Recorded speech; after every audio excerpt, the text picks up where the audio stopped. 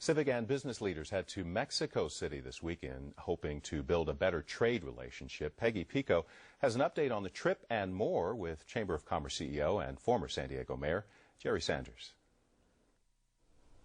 Former San Diego Mayor and CEO of the city's Chamber of Commerce, Jerry Sanders. Welcome to Evening Edition. Thank you.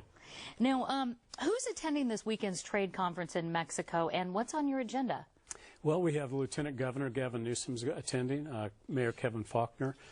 We have representatives from the governor's office in Belhan, and the mayor of Tijuana will be there for a day. And it's a lot of business leaders.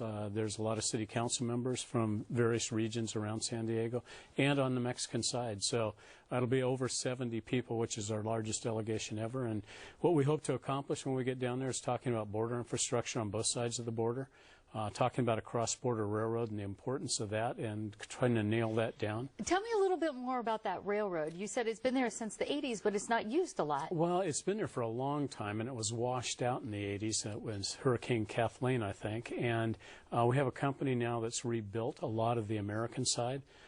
So if we can get that going, Toyota manufactures all the Toyota Tacoma trucks in North America in Tijuana. They can take those by rail instead of all these trucks that go through San Diego right now.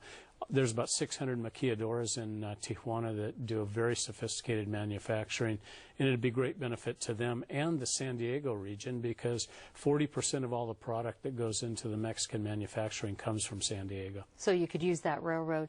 Is a comprehensive immigration reform on the agenda? Well, it's something we talk about all the time. We don't talk about it as much in Mexico. I think Mexico's on board. In our September trip to Washington, D.C., we'll talk about that extensively, as we did last year, because immigration reform is sorely needed for business. They need to have the visas to get a lot of the workers that they need. We also need to keep university students from other countries that are high-tech universities, UCSD, San Diego State, train and keep them in our economy.